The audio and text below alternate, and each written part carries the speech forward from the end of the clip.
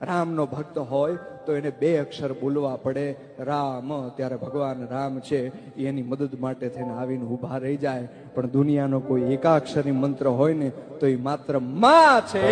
નાનું બાળક છે એ ગળથોલિયું ખાઈને પડી જાય ને માં શબ્દ નીકળે ને ત્યાં માં ગમે ત્યાંથી દોડીને આવીને ઊભી રહી જાય. માં ગમે ત્યાંથી આવીને ઊભી રહી જાય. હતો હું સુતો પારણે પુત્ર નાનો,